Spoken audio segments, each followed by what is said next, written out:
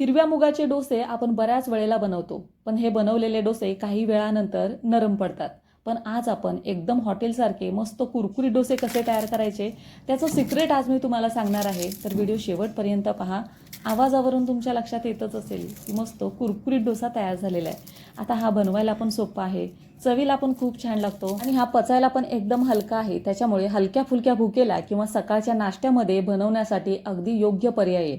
तर हा मस्त कुरकुरीत डोसा कसा तयार करायचा ते पाहूया. तर मी इथं डोसा तयार करण्यासाठी एक वाटीवर अख्खे मुगाचा इथं वापर केलेला आहे.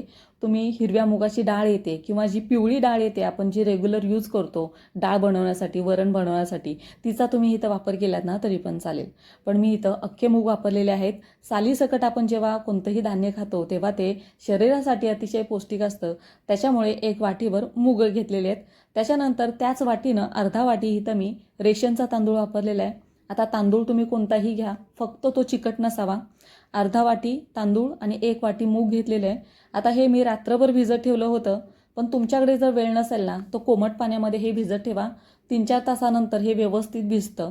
जर डाळ तुम्ही इथं वापरत असाल तर डाळ भिजायला जास्त वेळ लागत नाही. अर्ध्या पाऊण तासामध्ये डाळ व्यवस्थित भिजली जाते. तर हे व्यवस्थित आपण भिजवलेलं आहे. आता थोडंसं आपण हे बारीक वाटून घेऊया. आता हे मूग आणि तांदूळ आहेत ना ते रात्रीच मी भिजत ठेवले होते. तुम्हाला दाखवण्यासाठी या मी वाटीमध्ये तांदूळ आणि मूग काढून घेतलेले आहेत. आता एका मिक्सरच्या भांड्यामध्ये आपल्याला हे बारीक वाटून घ्यायचं आहे. आता हा मस्त मसालेदार आपण डोसा तयार करतोय. बिना चटणीशिवाय जरी तुम्ही हा कोरडा खाल्लात ना तरी चवीला अतिशय छान लागतो. इथे मी घेतलेला आहे एक छोटा मीडियम साईजचा कांदा. त्याच्यानंतर चवीप्रमाणे मिरची घ्यायची आहे.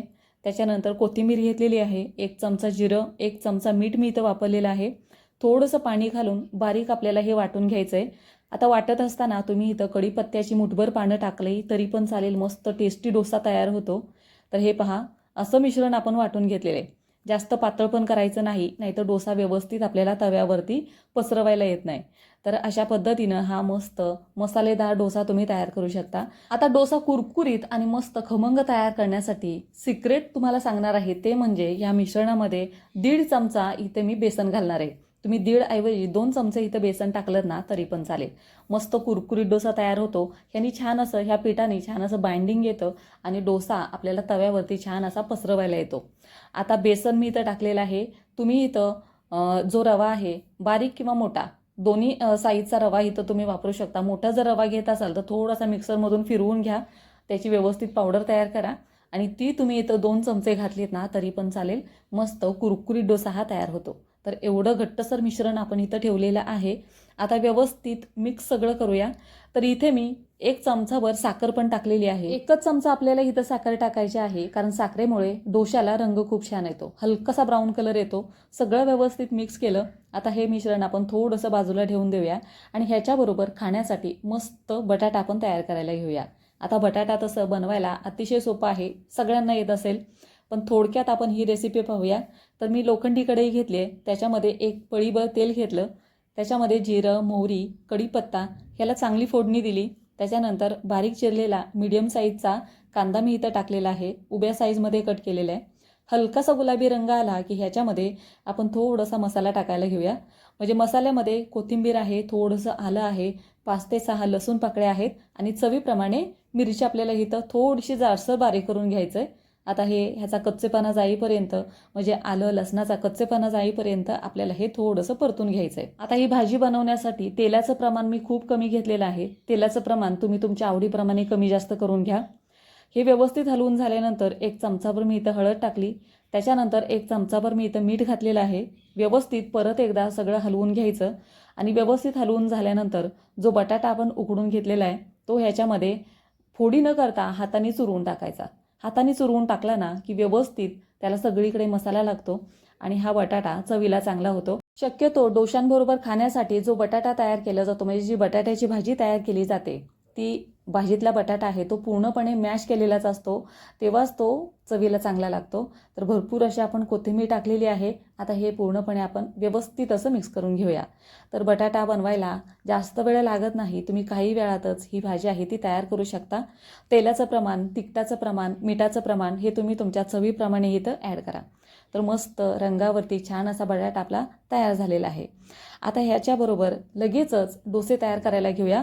तर डोसे बनवण्यासाठी इथे गॅसवरती मी एक मोठासा तवा ठेवलेला आहे. हा गरम व्हायला थोडासा वेळ लागेल. तर तवा गरम झाला की लगेचच आपण इथं तेल थोडंसं टाकून घेऊया आणि तेल पसरवण्यासाठी इथे मी कांद्याचा वापर करते. कांद्याने तेल व्यवस्थित सगळीकडे लागलं जातं आणि हा व्यवस्थित तेल पसरवून झालं की थोडंसं मी इथं पाण्याचा हबका मारणार आहे तव्यावरती. पाणी टाकल्यानंतर लगेचच सुक्या फडक्यानं आपल्याला हे पुसून घ्यायचं आहे. तव्याचं टेम्परेचर जास्त गरम पण ठेवायचं नाही आणि जास्त थंड पण ठेवायचं नाही, म्हणजे डोसा आपल्याला व्यवस्थित असा पसरवता येतो. आता हे मिश्रण हलक्या हाताने आपल्याला चमच्याच्या साह्याने किंवा एखाद्या वाटीच्या साह्याने तुम्ही पसरवून घ्या. एकाच डायरेक्शनने फिरवायचं आहे, विरुद्ध दिशेने फिरवायचं नाही, नाहीतर हे पीठ आहे ते गोळा होतं. जास्त डोसा मोठा पण करायचा नाही, मीडियम साईजमध्ये करा, म्हणजे व्यवस्थित तुम्हाला बनवता येईल. जे नवीन शिकणारे आहेत खास त्यांच्यासाठी ही टिप आहे. तर व्यवस्थित आपण इथं तेल लावून घेतलं.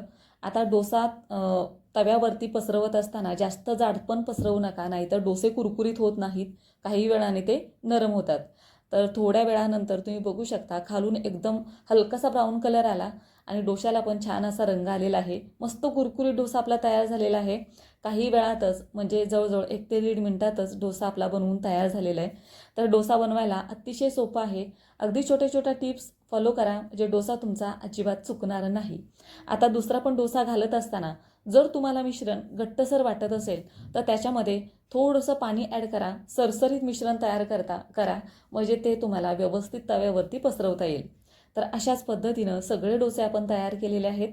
डोसा तव्यावरती घालताना जाडसर घालू नका, पातळ घाला, म्हणजे डोसे कुरकुरीत तयार होतील. आता डोशांमध्ये तुम्हाला जर बटाटा टाकायचा असेल तर डोसा तव्यावरती टाकल्यानंतर लगेचच त्याच्यावरती बटाटा पसरवून घ्या. आवडीप्रमाणे मसाले घाला आणि मस्त मसालेदार तुम्ही डोसा तयार करू शकता. आता मी इथं डोसे बनवायला तेलाचा वापर केलेला आहे, पण तुम्ही तुपाचा किंवा बटरचा जर तुम्ही इथं वापर केला तर डोसे चवीला अजून छान तयार होतील. तर तुम्हाला ही डोसे बनवण्याची रेसिपी कशी वाटली मला कमेंट करून नक्की सांगा आणि या पद्धतीनं एकदा डोसे हे नक्की तयार करून पहा. बनवायला पण सोपे आहेत, चवीला पण छान लागतात, पचायलाही हलके आहेत, अतिशय पौष्टिक नाश्ता आहे. तर तुम्हाला ही रेसिपी आवडली असेल तर तुमच्या मित्रमैत्रिणींबरोबर पण शेअर करा. चला तर मग पुन्हा भेटूया अशाच एका नवीन रेसिपीबरोबर. तोपर्यंत खात राहा, मस्त राहा आणि संगीताज कुकिंग कॉर्नर या चॅनलला जर सबस्क्राईब केलं नसेल तर नक्की सबस्क्राईब करा.